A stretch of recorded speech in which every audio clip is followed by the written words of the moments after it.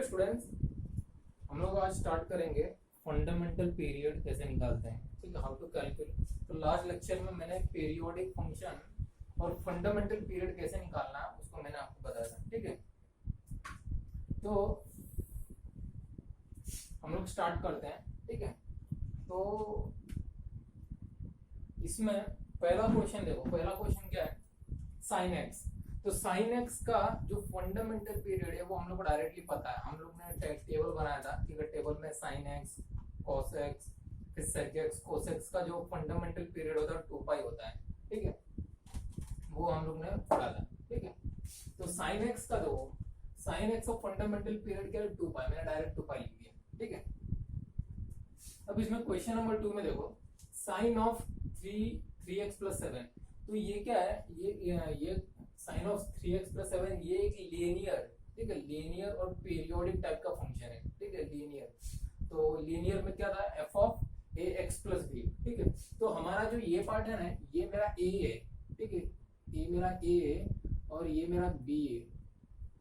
ठीक है, तो उसमें हम लोग क्या करते थे, हम लोग क्या लिख देते, T1/mod ऑफ a लिख देते, mod of a, T1/mod of a।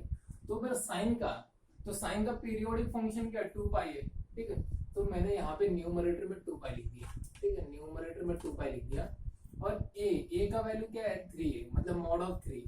तो mod ऑफ 3 क्या होता है 3 होता है, तो इसका आंसर क्या होगा 2π/3 होगा। ठीक है, तो फंडामेंटल पीरियड इसका क्या होगा 2π/3। ओके, अभी क्वेश्चन नंबर 3 में जाते हैं। इसमें देखो फाइव दिया है, फिर fractional part of x plus half divided by 7। तो इसमें देखो 5 और 7 में, इसमें तो देखो ये तो नंबर है, इसको छोड़ो। अभी देखो फ्रैक्शनल पार्ट में क्या दिया है x प्लस हाफ। ठीक है, तो फ्रैक्शनल पार्ट ऑफ x क्या होता है 1 होता है। ठीक है, तो ये 1 हुआ। ठीक है, और ये हाफ का तो कोई मतलब नहीं है। ठीक है, तो फ्रैक्शनल पार्ट इसका पूरा देखो, इसका तो डायरेक्ट आंसर है 1 है। ठीक है, इसका आंसर 1 आएगा फ्रैक्शनल पार्ट ऑफ x, क्योंकि इसमें 5/7। ठीक है, और हाफ इसका कोई मतलब नहीं है। ठीक है, sine cube of x, sine cube of x का फंडामेंटल पीरियड क्या होगा 2 पाई होगा। 2 पाई क्यों होगा, ठीक है, इसमें x में, ठीक है, अभी देखो अगर मैं sine of x plus pi लू, ठीक है, तो इसमें क्या होगा, ये क्या होगा माइनस साइन ऑफ, ठीक है, माइनस साइन ऑफ x होगा। ठीक है, सॉरी माइनस साइन ऑफ, ठीक है, पाई। तो इसमें ये नेगेटिव आ रहा है, इसमें देखो यहाँ माइनस नेगेटिव आ रहा है। तो अगर मैं नेगेटिव का क्यूब करूँ, इसको अगर मैं क्यूब भी करूँ, अगर मैं इसको क्यूब भी करूँ, सॉरी, अगर मैं इसको क्यूब भी करूँ तो माइनस ही आएगा ना, minus sine cube of x आएगा। ठीक है, तो नेगेटिव आ रहा है, तो नेगेटिव की वजह से इसको क्या होगा, इसका डायरेक्टली फंडामेंटल पीरियड 2 पाई हो जाएगा। ठीक है, अभी देखो इस साइन क्यूब ऑफ x और यहाँ पे साइन ऑफ 4x है। तो ये मेरा क्या है, ये देखो इसमें साइन रेज टू 4x में क्या है, ये मेरा इवन नंबर है। ठीक है, तो इसमें अगर मैं sine of x plus pi क्या होगा, माइनस साइन होगा। अभी माइनस होगा, पर माइनस में अगर मैं माइनस का माइनस देखो साइन x और यहाँ पे 4 ले लो, तो ये क्या, ये माइनस रिमूव हो जाएगा। ठीक है, माइनस तो एलिमिनेट हो जाएगा। तो यहाँ से क्या होगा, अपना सिर्फ फंडामेंटल पीरियड पाई आएगा, फंडामेंटल पीरियड पाई आएगा। ठीक है, ये रहा साइन रेज टू 4x का फंडामेंटल पीरियड। ठीक है, क्वेश्चन नंबर 6 में देखो tan ऑफ x स्क्वायर। ठीक है, तो tan ऑफ x, अगर tan ऑफ x होता तो हम लोग डायरेक्टली पाई लिख सकते थे, पर tan ऑफ x स्क्वायर है। तो इसमें क्या होगा, ये देखो, हाँ, तो ये नॉन पीरियोडिक होगा। tan of x square will be a non periodic function. ठीक है, इसका तो कोई ग्राफ बनेगा ही नहीं। ठीक है, मतलब नॉन पीरियोडिक होगा। अभी देखो tan of mod of x, tan of mod of x का अगर आप ग्राफ देखोगे तो ये देखो, ये ऐसा ग्राफ बनेगा। देखो यहाँ पे ये डॉटेड लाइन आ रहा है और यहाँ पे देखो यहाँ पे पूरा कर्व आ रहा है, ठीक है। उसके बाद देखो ये वाला जो पार्ट है ना, ये वाला पार्ट कहाँ रिपीट हो रहा है क्या?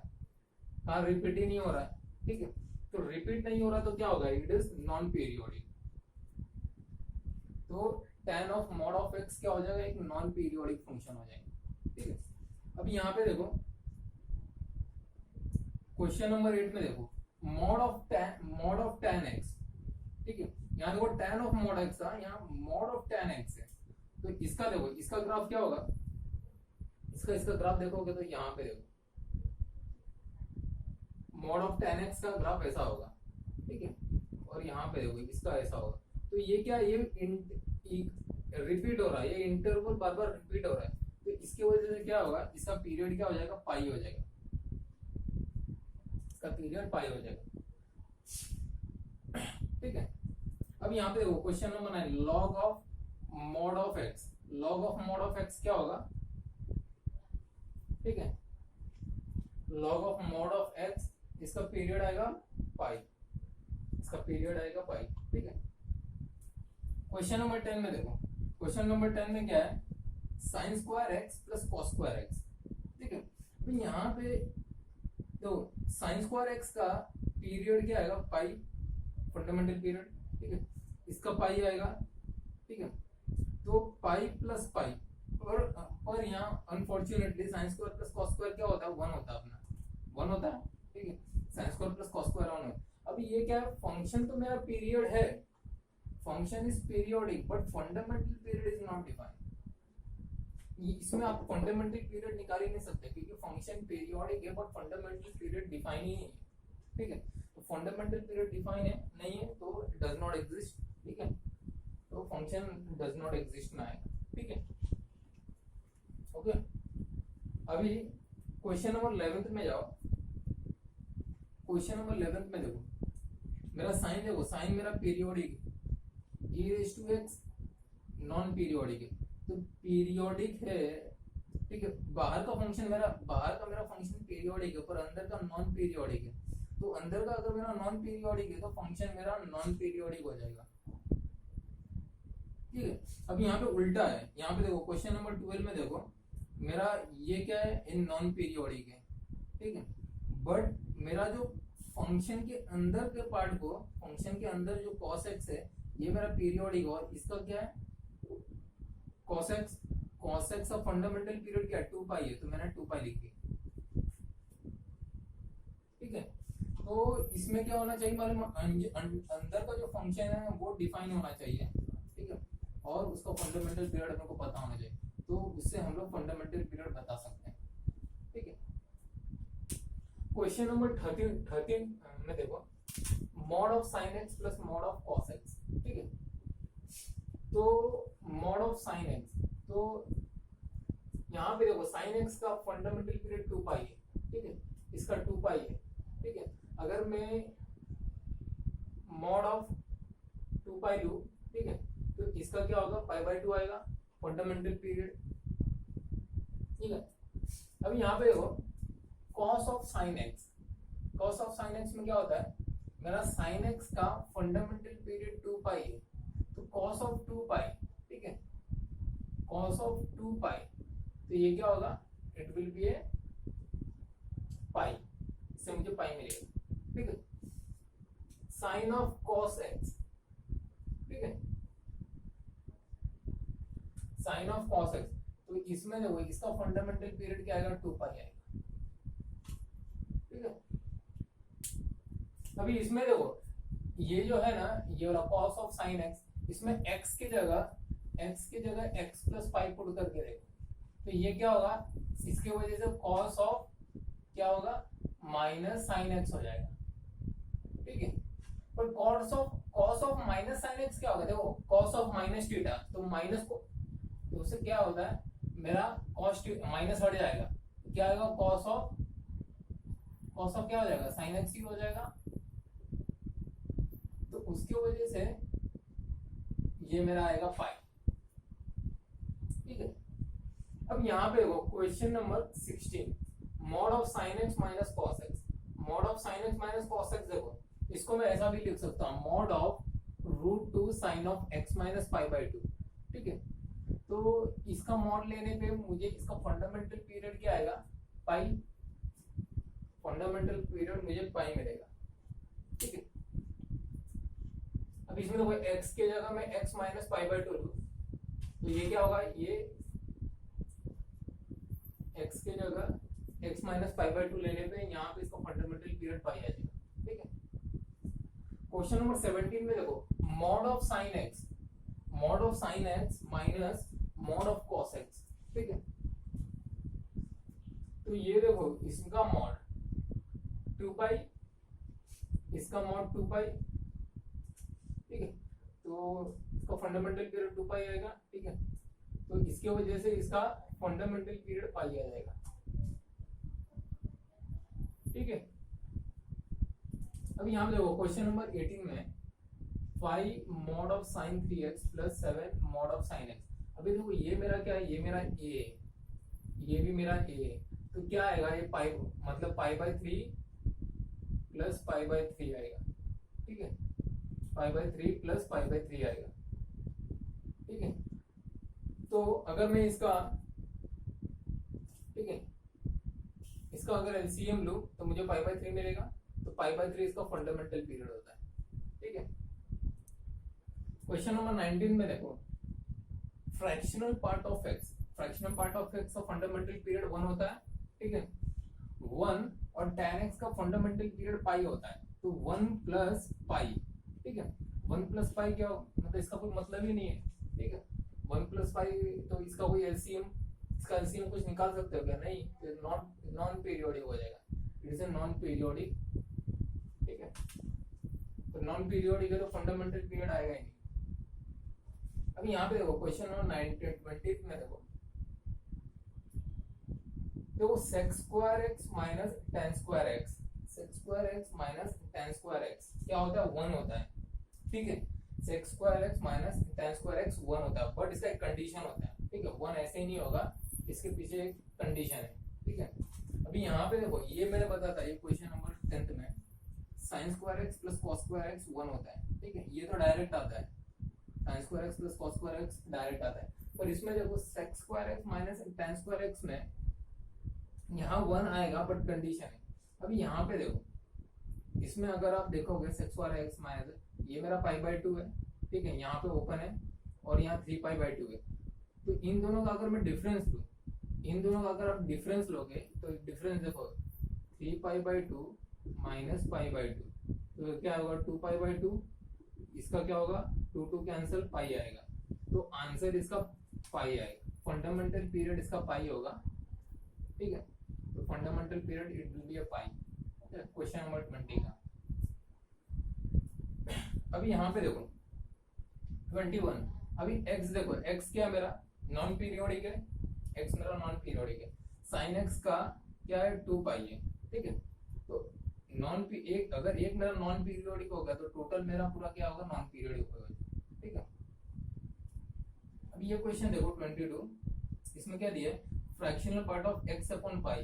तो इसमें देखो, इसमें देखो फ्रैक्शनल पार्ट ऑफ x क्या होता है, 1 होता है। ठीक है, और ये क्या है, ये मेरा a मतलब मैं यहाँ a is equal to 1 by pi ले सकता हूँ, a को मैं is equal to 1 upon pi ले सकता हूँ। ठीक है, तो और यहाँ पे इसका देखो, इसका फंडामेंटल पीरियड 2 पाई है। ठीक है, तो ये क्या होगा, देखो ये मैंने क्या बोला था, ये ax। ठीक है, तो ax में क्या होता है, t मतलब t upon mode of a, तो a क्या 1 अपॉन पाई है। ठीक है, तो इसकी वजह से फंडामेंटल पीरियड 2 पाई आ जाएगा। ठीक है, मैं a को क्या ले सकता हूँ, a विल बी 1 बाई पाई हो जाएगा ना, यहाँ पे a मेरा 1 बाई पाई हो जाएगा। ठीक है,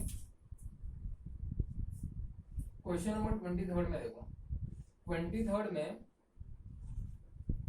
देखो अपने को ये पता है, 23 में अगर आप greatest integer of x minus x लोगे, greatest integer of x minus x क्या होता है, ये मेरा फ्रैक्शनल पार्ट ऑफ एक्स होता है, ठीक है, +2, अभी बचा क्या +2, तो क्या है मैं इसको ऐसा लिख सकता हूँ ना, 2 minus fractional part of x, और फ्रैक्शनल पार्ट ऑफ एक्स क्या होता है 1 होता है, तो इसको मैं 2 माइनस 1, इसको मैं 1 लिख सकता हूँ, ठीक है। 23 क्या होगा, इसका आंसर 1 आएगा, ठीक है। तो 24 देखो, 24 में ये क्या दिया मेरा, tan of x plus sign x, ठीक है। तो इसमें देखो साइन x का फंडामेंटल पीरियड क्या होगा, 2 पाई होगा, और x क्या है नॉन पीरियोडिक है, ठीक है। तो इसमें क्या होगा, tan ऑफ हो जाएगा, इसकी वजह से क्या होगा मेरा पीरियोडिक फंक्शन 2, क्योंकि अंदर का लेने का, ठीक है, एफ ऑफ एक्स है, ठीक है। तो अंदर का पार्ट अगर मेरे को कुछ मिल रहा है तो वही हमारा आंसर ले लें, ठीक है। बाहर का इतना मत देखो, बाहर का देखने की जरूरत नहीं है। अभी देखो यहाँ पे sine of π/2 into greatest integer of x, ठीक है। तो और ये क्या दिया मुझे, इसका फंडामेंटल पीरियड 4 दिया है, ठीक है। Sine of π/2 into greatest integer of x is equal to 4, ठीक है, हमको 4 मिलेगा, ओके। क्वेश्चन नंबर 26 में देखो, क्वेश्चन नंबर 26 में इसका फंडामेंटल पीरियड 1 आएगा, इसका क्या आएगा, इसका 1 है, ठीक है।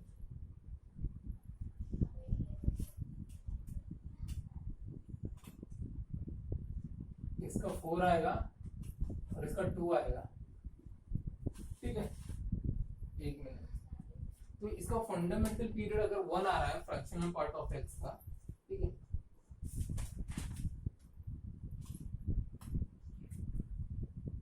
हाँ, अगर इसका फंडामेंटल पीरियड अगर 1 है, इसका 1 है, इसका 2 है, और इसका फंडामेंटल पीरियड इसका 4 है, ठीक है।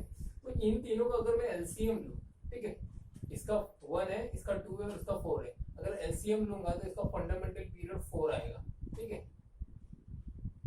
क्वेश्चन नंबर 27 में देखो, root of sine x, root को भूल जाओ, रूट के अंदर के पार्ट को देखो, रूट का अंदर का पार्ट बहुत इंपॉर्टेंट है। तो साइन एक्स का फंडामेंटल पीरियड क्या आएगा, 2 पाई, अपने को पता डायरेक्ट 2 पाई आता है।